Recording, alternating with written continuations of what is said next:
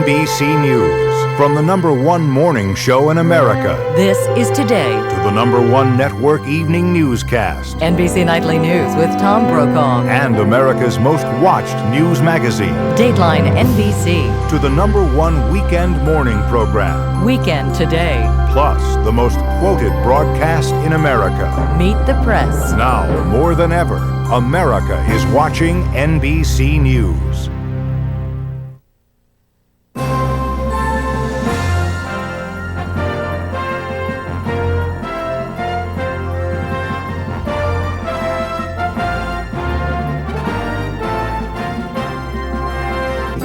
It happened a lifetime ago and halfway around the globe, a place and a time much of the world has now forgotten. But the man you'll meet tonight couldn't forget, and more than a half-century later, the memory, he says, made him commit a crime that would destroy 2 lives. What could be so painful, so terrifying, it might drive a law-abiding man to commit a brutal murder more than 50 years later? Tonight, John Larson, with a wound even time could not heal. 911. Yeah, there's been a shooting on Carfax Avenue. In this quiet Long Beach, California neighborhood, a scene of almost otherworldly violence. An elderly man, gun in hand, chases his bleeding, unarmed son-in-law down the sidewalk. The younger man screams for help and falls. His pursuer pumps 4 more shots into his back and leaves him dying. A case of cold-blooded murder, a calculated crime of vengeance, or the result of a living nightmare, a flashback to the horrors of a world war long since over? Those were the questions Richard Keach faced at trial. For the answers, he evoked a long-distant place and time. Does it in some ways seem like yesterday? It always will seem something like yesterday. For Richard Keach, yesterday is May 1942. One of the most famous battles of the South Pacific. The Japanese are overrunning Corregidor, the island that guards the mouth of Manila Harbor. A 22-year-old Marine crouches in his foxhole on the beach, ready to fight to the death. No way we could hold off the entire Jap onslaught. Then the unthinkable happens: surrender. You watched him raise the white flag. We actually cried. He should have died in battle. We should never have been surrendered. To his shame, Richard Keach became a prisoner of the Japanese. For the next 3.5 years, he endured vicious beatings, starvation, forced marches through steaming jungle, and brutal torture. He watched his closest friends die, and more than once, he gave himself up for dead. Captured enemy films show Americans rounded up and herded into Jap torture camps. His ordeal began here, on this slab of concrete. There were 7,000 Allied prisoners crammed together in the stifling heat for weeks without food or water. They were starving. Literally. Exactly. Starving to death. Richard Keach clung to life, but as he grew weaker, losing 72 pounds, he reached a turning point. No longer could he bear the scorching sun, the back-breaking labor, or the scorn of the Japanese guards. If I ever hated anybody, I hated those Marine guards. So he decided to defy them. One night, the commandant, a particularly sadistic Japanese lieutenant known as the White Angel, was taunting 600 American prisoners. He said, I have learned that some of you boys have stated that you don't like it here. Would you step out? I thought, what a glorious way to die. So I step out. 2 Marine guards in front of me, they turn them loose and they'll beat me to death. To his astonishment, Keach was not struck down, but sent to a Japanese military hospital to regain his strength. It was a defining moment. He had faced death, challenged death, and won. I lost all sense of fear. Like many World War II veterans, Keach eagerly returned to civilian life. He graduated from college, got married. He had 4 children, a career as a purchasing agent for a defense contractor. He rarely mentioned his time in the prisoner of war camps. And you thought you would put this whole experience behind you? You have to go on. You got to forget it. You got to get on. Oh, because of the weather. Yes. But the calm surface of that measured life would be disrupted by events that began in the unlikeliest of places. France, 1991. Richard Keach's youngest daughter, Nancy, was winding up a job as a rides engineer for Euro Disney. So I met Nick at my going away party, actually, and I thought he was very charming. Nancy Keach fell in love with Nicholas Candy, an engaging British contracts manager and former rugby player. At the time, I was just so overwhelmed. I just went head over heels.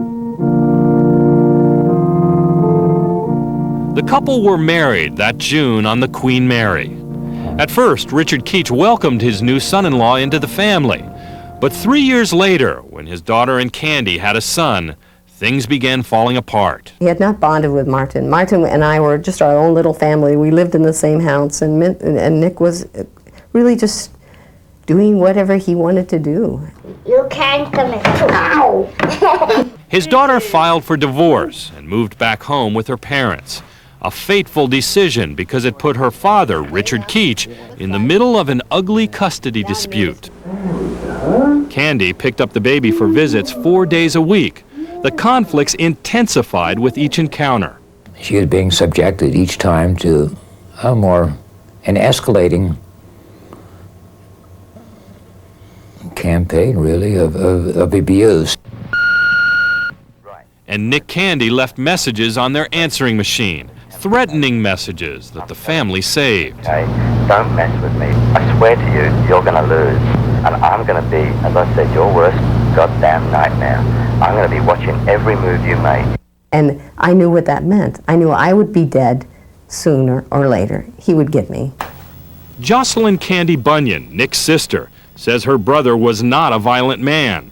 There's absolutely no way Nick would get into brawls. He's the one that would try and stop a brawl. She remembers he was very attached to his son. He was absolutely the proudest, most excited father. The turning point came one day when Candy took the baby to an emergency room, saying he had pneumonia. Nancy Candy and her father rushed to the hospital. My dad walked up behind me to look closer at the x-ray, and Nick said, I don't want him there, and he shoved my dad. My dad bounced against the wall. The next day, Richard Keach bought a gun. After that, when Nicholas Candy came to pick up his son, Keach, not his daughter, handled the transfers. And I had the pistol under my belt, under a jacket, and felt safe, if you will. For 5 months, Keach stuck that gun in his belt every time he handed over his grandson. The mutual antagonisms festered. The Keaches say Candy repeatedly called the child abuse hotline, claiming they were mistreating the baby. And Candy accused them of denying him his court-ordered visitations. Then came the day of the murder. He came storming up the walk, telling me I was a liar, a despicable person. The guy is livid. And I step through the doorway and walk out. Mr. Candy is jumping up and down. All of a sudden, he's in a crouch. He's got his left hand back, his cocked. He's got a sucker punch. He's bragged about it. It's a 10-pound sledgehammer. I realize I'm going to get beaten to death. I'm going to beat him. This guy's got 60 pounds on me in 40 years. I pull out the gun and shoot him. The sound of the gun firing, Keach says, triggered a powerful flashback. First time I ever fired it. The sound sort of brings me back 50 years, and as near as I can describe it, it's the sort of feeling I'd have had if I'd shot at the off guard. There's no way I'm ever going to survive it. Richard Keach says he doesn't remember what happened after that. He doesn't remember chasing Nick Candy down the street, doesn't remember hearing his calls for help, doesn't remember firing the second or the third or fourth or fifth shots. Just that he found himself back in his kitchen with an empty pistol. I tell him to call the cops, and I go into the den, sit with my grandson. And that's the story his attorneys presented when Richard Keach was put on trial for the murder of Nick Candy. They said that while Keach fired that first shot in self-defense, there was more. That understanding what really happened depended not so much on the events of that day or the months preceding the shooting, as what had happened decades earlier, thousands of miles from Southern California, that somehow, standing up to a bully, had snapped Keach back to his time as a prisoner of war, when he stood up to the commandant and faced the brutal Japanese guards. Only this time, Richard Keach had a gun. What we use PTSD for is to explain Mr. Keach's perceptions of danger. His lawyers argued Richard Keach was suffering from post-traumatic stress disorder. You might find that hard to believe, but psychiatrist C. Scott Saunders, an expert in PTSD, says Keach's time as a POW is exactly the kind of life-threatening experience that can trigger the disorder. But can it come back after 50 years? Saunders says it would be very unusual, but not impossible. People can get long periods of relative calm between flare-ups of the symptoms. But when things go bad, meaning a crisis in their life, a job, relationship, another traumatic event, it typically brings back all the symptoms. What happened on that date was a cold, calculated, deliberate murder, reeking with motive.